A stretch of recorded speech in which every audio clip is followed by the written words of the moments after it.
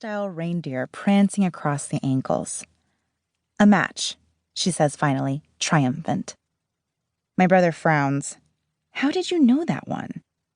Taylor shrugs. "Child's play," she says, then grins at me. "Right, Ro?" "Right," I agree. I'm sitting cross-legged on the carpet next to the coffee table. It's Christmas Eve, so our house is full of people. My grandparents in the dining room, my little cousins running up and down the stairs, Dean Martin crooning on the stereo about a marshmallow world. My mom's collection of ceramic Christmas trees is clustered on the side table, their tiny colored lights winking away.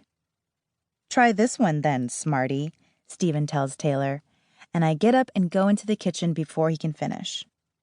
Taylor's mom and our mom were the only two pregnant women on our block in 1997, meaning my brother and Taylor have been best friends since they were zygotes. There's a picture of them on the bookshelf in our family room, 3 years old in their bathing suits, holding hands. Back in the kitchen, my mom is finishing the 7 fishes, which is actually 5 fishes because she already put out shrimp cocktail and clams casino as appetizers. She is nothing if not efficient. "Do you need help?" I ask, and she looks surprised I'm offering, which makes me feel a little crummy.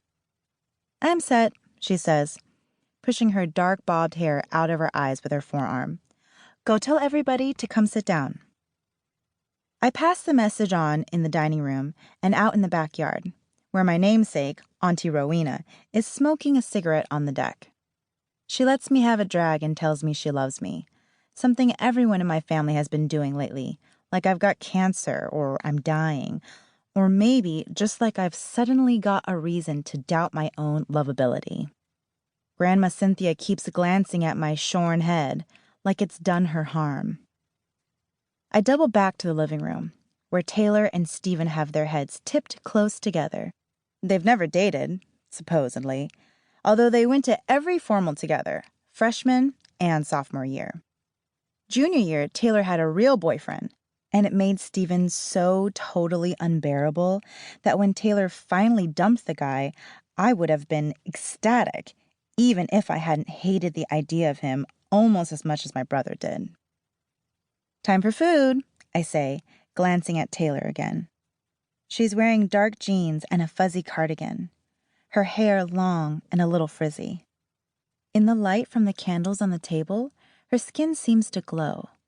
All through middle school, I thought I wanted to be her, look like her, and dress like her, which, as it turns out, was not what I wanted at all.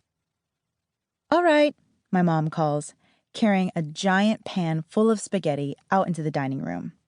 "Everybody ready?" Christmas Day is always kind of anticlimactic in our house. Just the 4 of us instead of last night's parade of 1,000 family members. In the afternoon, Stephen goes to Taylor's and I hang out watching a Hitchcock marathon on the classic movie channel. My mom perched like a swallow in the armchair across the living room. My dad comes in and settles beside me, the worn leather couch dipping under his weight. "You have a good Christmas?" he asks, putting a bear-like arm around me. "You like your presents?" I nod. I did too. Buttery brown leather hiking boots like Stephen's that I know my mom picked out specially, plus a sterling silver key ring with my initials engraved on it. "For car keys," my mom explained apologetically when I opened the little box, and everyone grimaced. 3 days ago, I failed my road test. I couldn't manage the parallel park. North by Northwest is on now, which is my dad's favorite. He's the movie buff in our family, but my mom's the one who got me into costuming, who taught me all about Edith Head and Irene Sheriff.